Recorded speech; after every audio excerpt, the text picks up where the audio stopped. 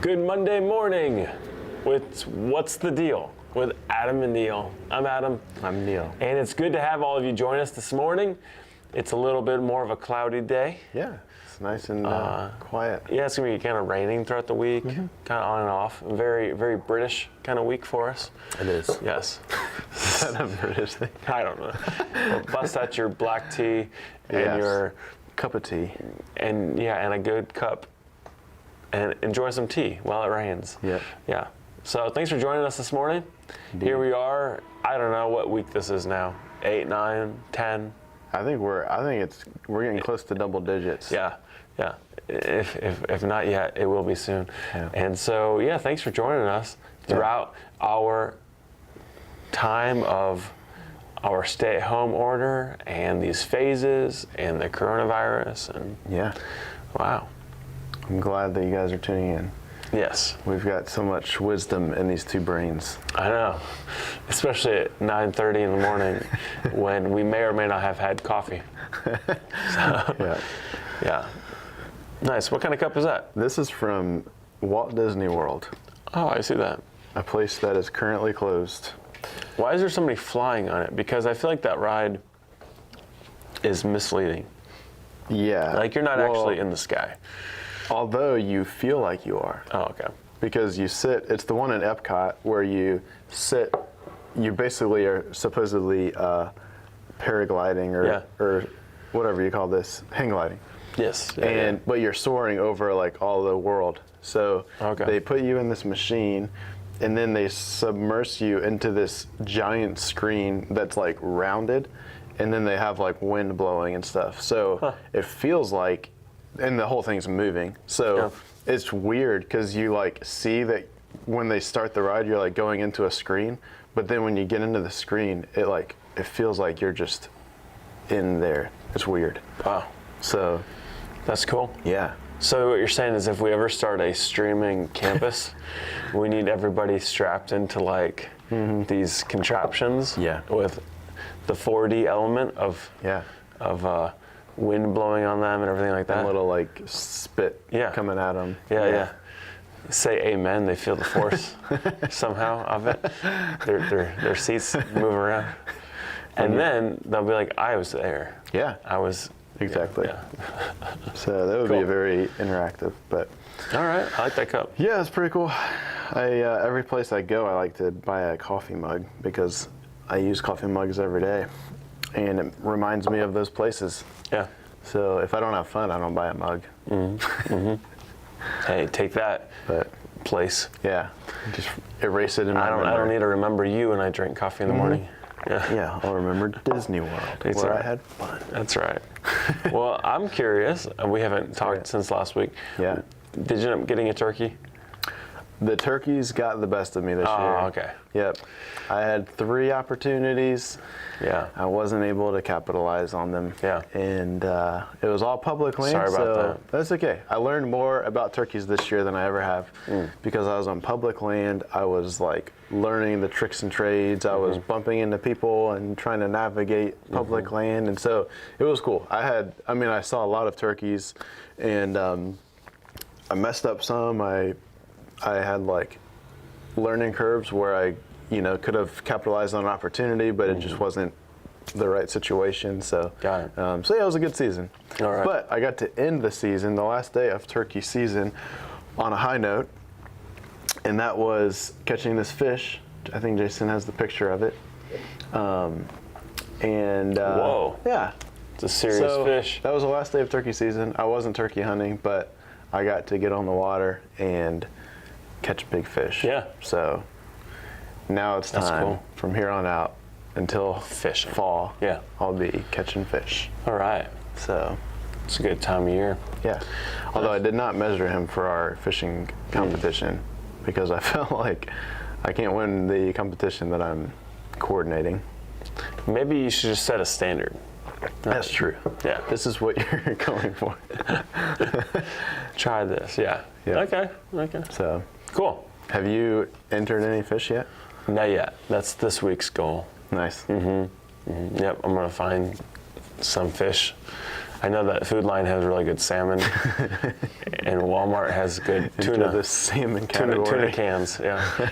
But yeah. I like it. So in West Virginia, did you grow up? Did you ever fish or like find crawfish or any of that kind of stuff? It's kind of funny you ask, because we actually grew up at a lake.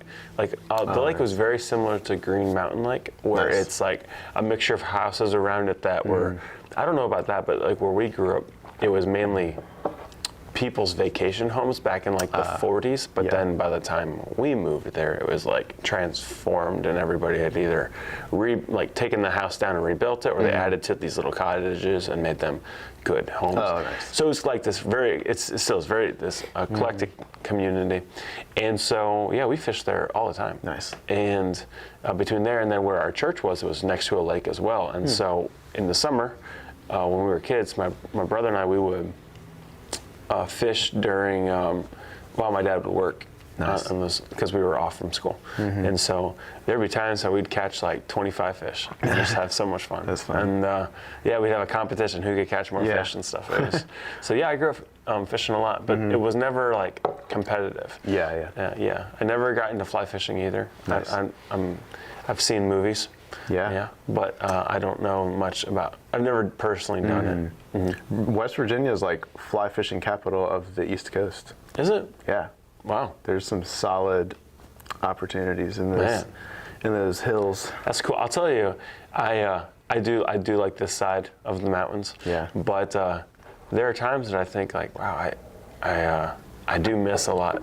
Yeah. I miss what the daily opportunities I had over there. So now I got to drive a little farther to like whitewater raft, or to go to the peak of a mountain or something. Yeah.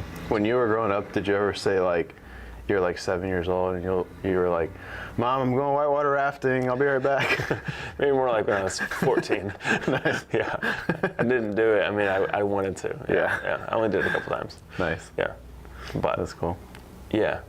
I really like that stuff. I like that outdoor element. Yeah. Wild and wonderful. That's right. West Virginia. It is. So, fishing competition time. Let's do this. Yeah. We had our first submission today. Ooh, good. A little competition for everybody else. Exactly. So we're going to get that up on social media. And then how long is this running for? Like 2 more weeks or so? Yeah, through this month. Through the end of the month. Not much time then. Yeah. Okay. So get on it. So far, you can pretty much enter any picture and you're going to win. So I think people are just hanging back. They don't want to, like, day one, they didn't want to throw their best stuff out there. You know, they're like, I want to give the people like Adam a chance. Yeah.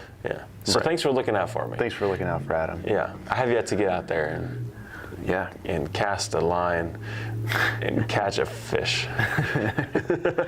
Now's the chance. Yeah. Turkey season's over. Yeah. Can I shoot a fish? Is that allowed? You can do whatever you want to do to get a fish into your hands. Okay. Great. I prefer just using my bare hands. I have caught a fish with my bare hands. Oh, wow. It was a trout. Wow. I'll have to bring the video next time. Maybe tomorrow. I went to... Did you use your little pinky as the worm? Yeah, I just hung it there. No, we were hiking, my buddy and I, in Colorado, and we're like, there's all these alpine lakes in Colorado. So we hiked up to one of these alpine lakes, and we're just like walking the perimeter of it. And there's this little creek that fed into the lake, and there were these huge trout just like laying in this stream. And I didn't have a fishing pole or anything, so I like walked over to them, and they weren't like, a lot of times trout will just like dart off when you walk up to the edge of the water, but these guys were just like hanging there. So I like reached down and like went to grab him, and I like touched him, and I was like, oh man. And he like just like swam around and just stayed there. So I was like, I'm gonna catch him. So I went down with 2 hands, and I just grabbed him and picked him up. It was awesome. Wow. Wow, so, that's crazy. Yeah, it's on video. I'll have to bring it. Yeah.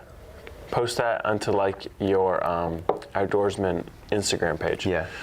Like, this is how a real hunter does it. It's how real men catch fish. That's right. With their bare hands. Anything, with their bare hands.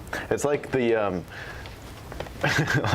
like I'm thinking of the bare hands made me think of like bare hands, and then I was thinking of those videos of the bears that catch salmon as they're migrating. That's pretty crazy. Yeah, it is. I can't imagine just like being able to like see that in person, like these fish flopping out of the water and bears standing in the water just trying to catch them. I know. It's so cool.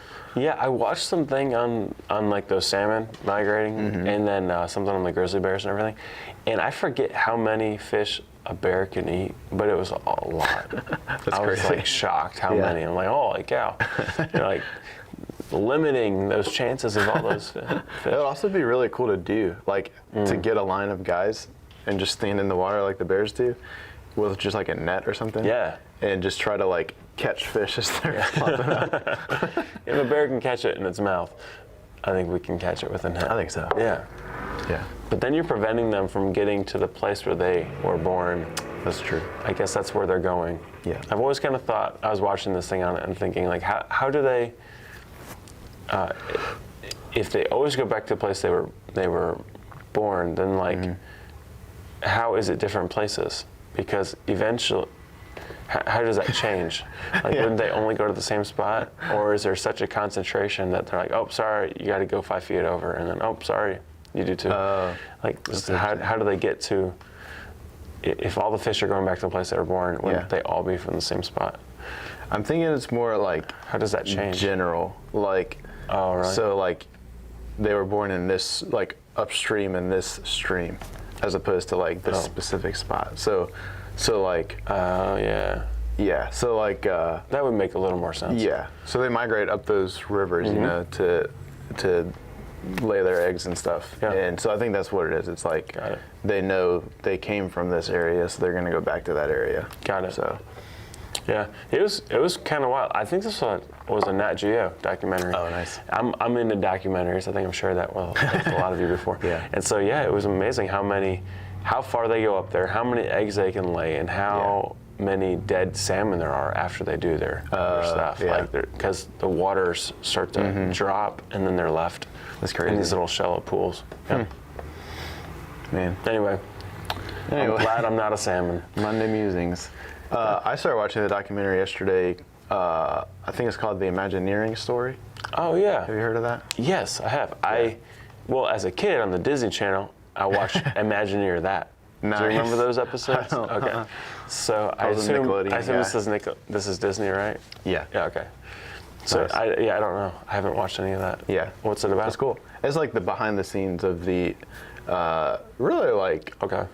So I've only watched one episode, but it was like the creation of Disneyland, and then going into Walt Disney World, and so it's kind of like behind all the Imagineers and like the creation of Disneyland and all that stuff. So Disneyland. Have you ever been there?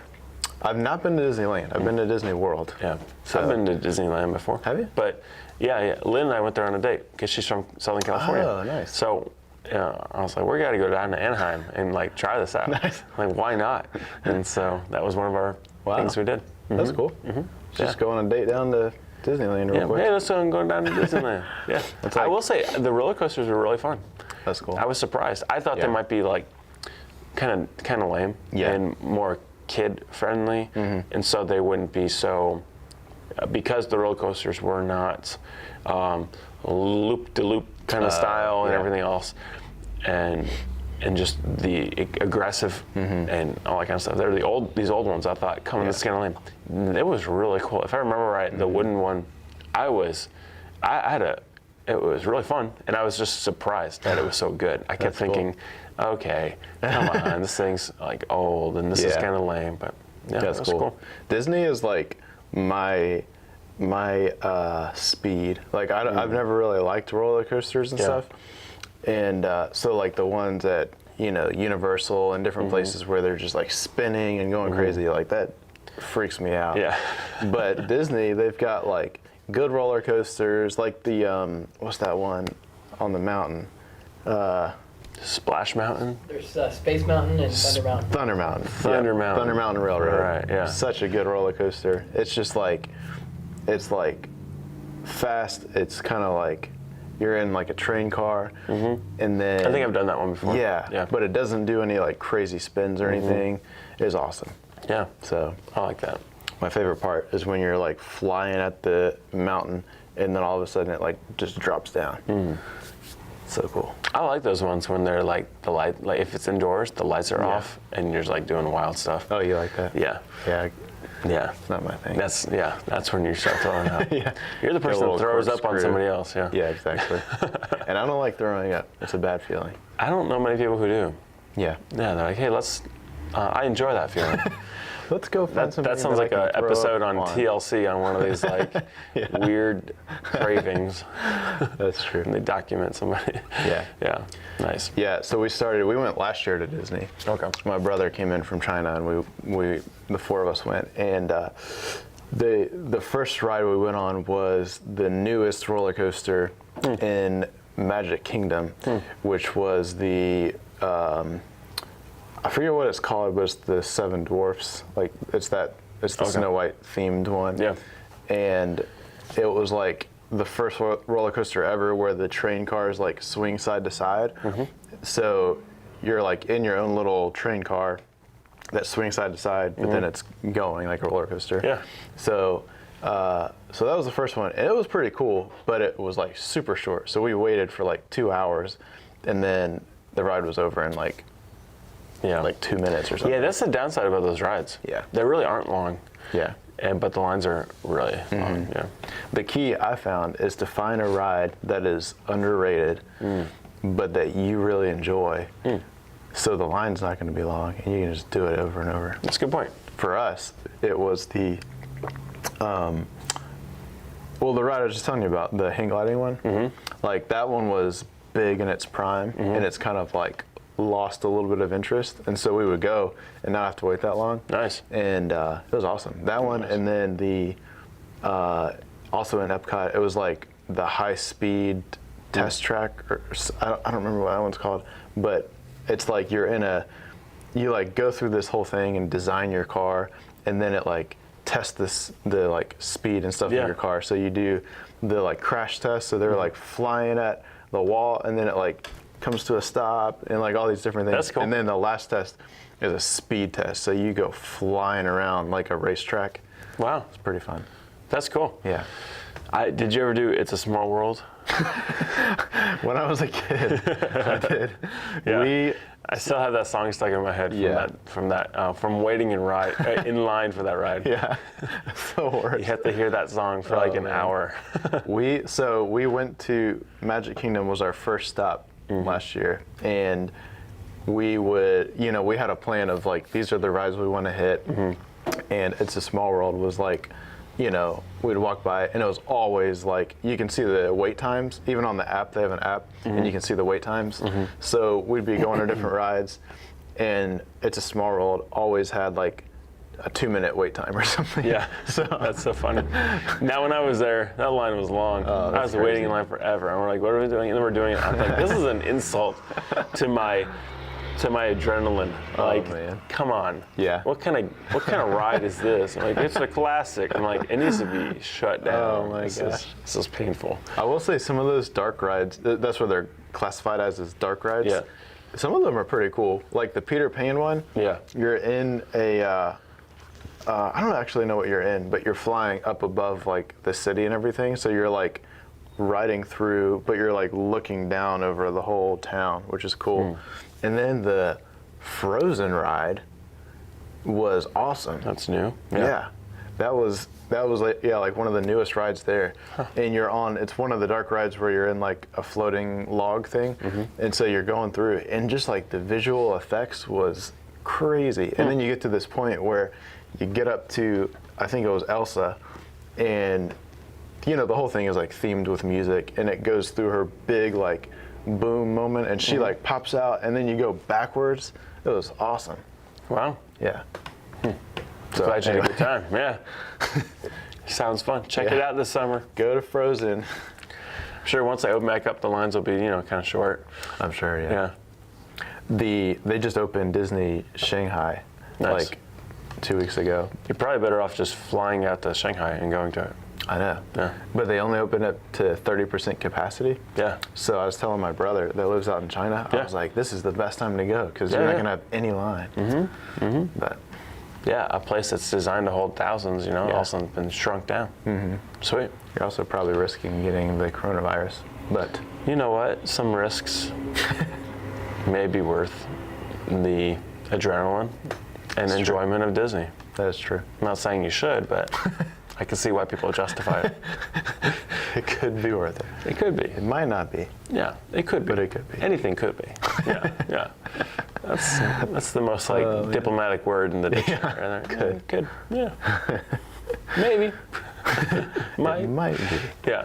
Actually, I read a lot of articles on that, and whenever the articles relate to science, I hate when they use those words. So there's a new discovery about like this possible link, and they'll tie it back to evolution, and they'll say this might be, and this could have been, and this may be, and there's a chance. And I'm like, this article's worthless. What are you talking about? Yeah. Like, you could say that about anything. Anyway, that's a slight pet peeve I have. Yeah. In the world of academics. Whatever.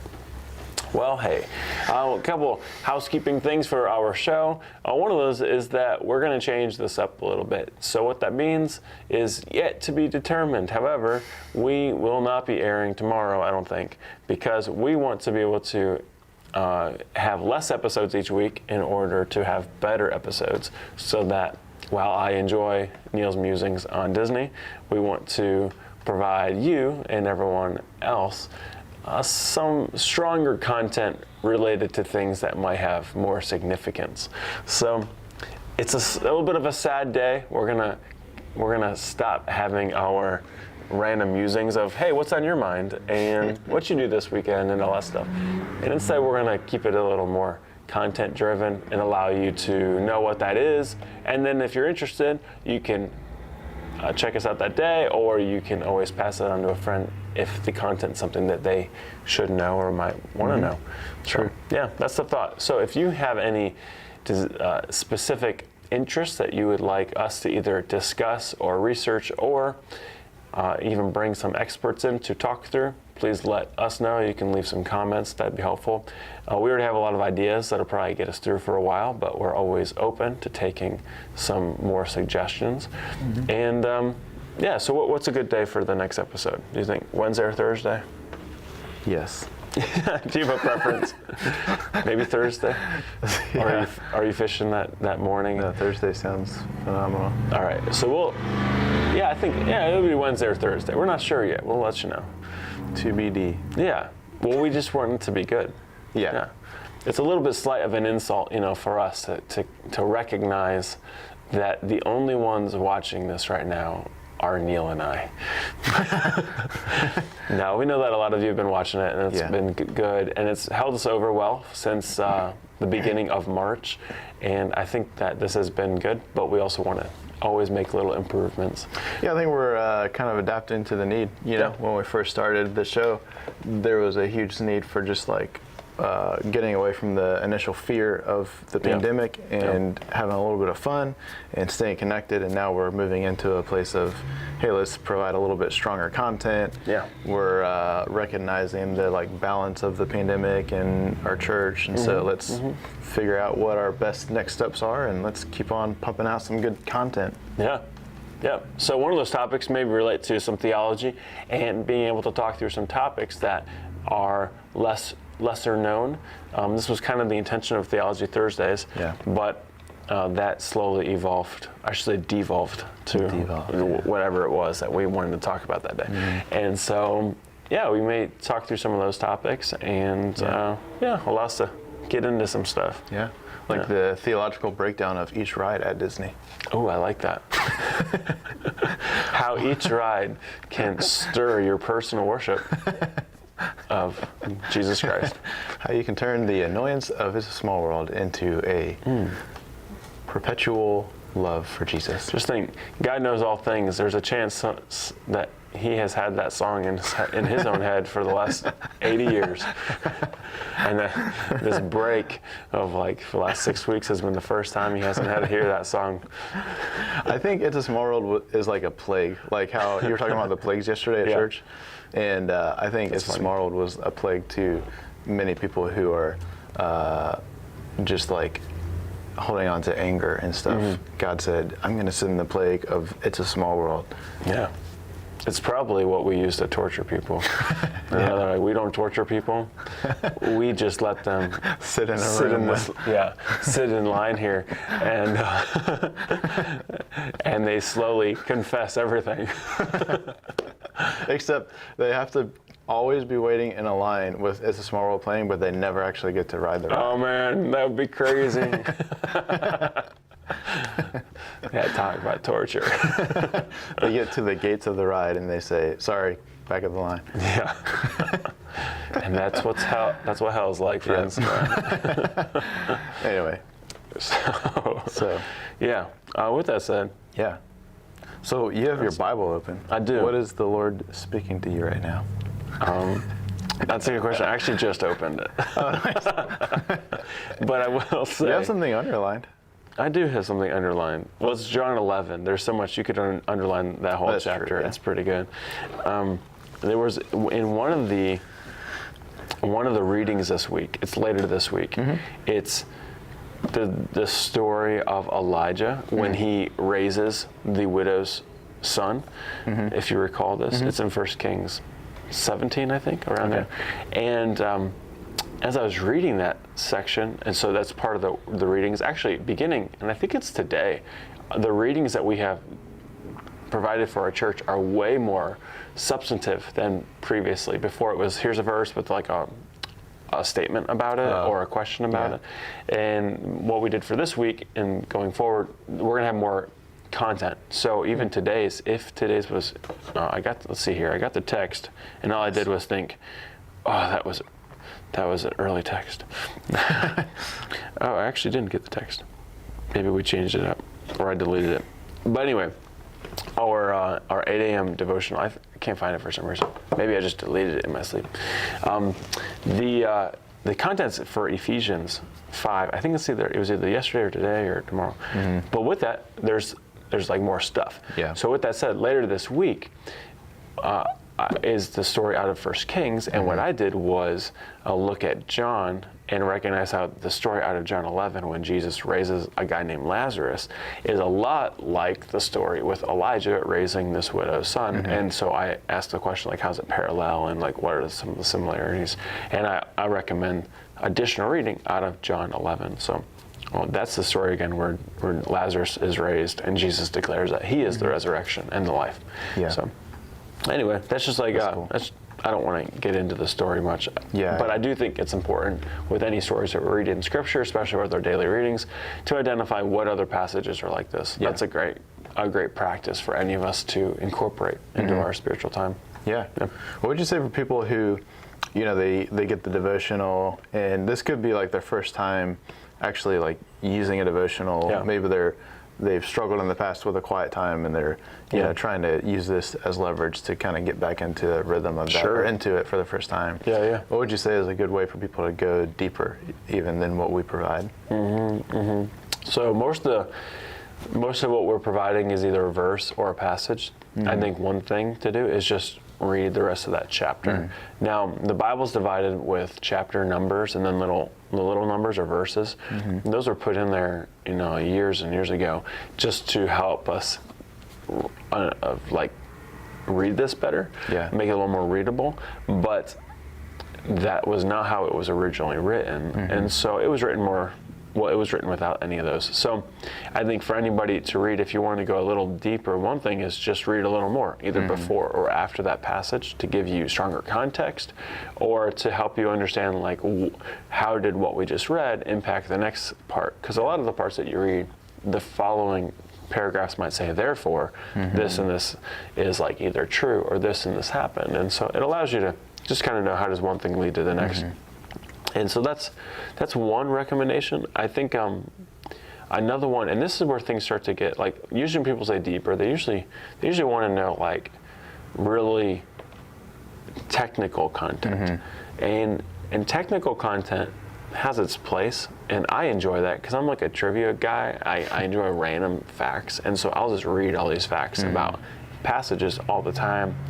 But I rarely even use that. I rarely use it in sermons because it sounds, it's like, it's just kind of boring. It'd be like if I'm asking you about turkey hunting and then you want to tell me all about, like, I don't know, some technical specifics that like don't actually, I mean, they kind of add to the story to you, but to me, I've got a lot of, I'm not familiar with. A lot of things in my head to describe it that I leave out. Like you're saying. Sure. So like, people. so same with Scripture, and there's a lot you can get into. So anyway, with Scripture, what I love about it is you can read it 1,000 times, and there's still more to read. There's still more to learn. Yeah. There's always ways to go deeper as far as like things you can learn about it. However, I would recommend, rather than getting too caught up in the technical side, which there's a lot of content for, a lot of good commentaries for, a lot of good, like, you could honestly just Google search it and probably come across decent stuff, depending on what that is. You could also go into some random conspiracy like page, and like, and then so use some wisdom there. If you're unsure, you could ask us. But I would recommend, when it comes to like going deeper with God's Word, that you don't get so much, like, you're less concerned with technical depth and more concerned with like worshipful depth. So taking it, and you take a passage, and say it is John 11. Well, then that's a story, but maybe take the passage of Jesus, the parts where he starts talking, and you like journal that out, and you start to make some of that stuff like a prayer, like Lord, teach me a little more about this, or you write it out several times, and you try to identify like what are some unique things about this, and like make that, maybe even incorporate that into your prayers that day, and that kind of depth, I think, is a game changer. Yeah. So what I typically see with people is when they think about depth, they mean the technical side, but I really, and I'm fine with that to a degree, but not if you're sacrificing where your heart's at.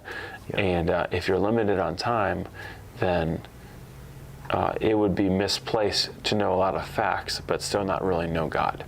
Yeah. So that's my suggestion there. Cool. That's good stuff. Yeah. But anyway, hey, thanks for joining us this morning. Again, we'll communicate well.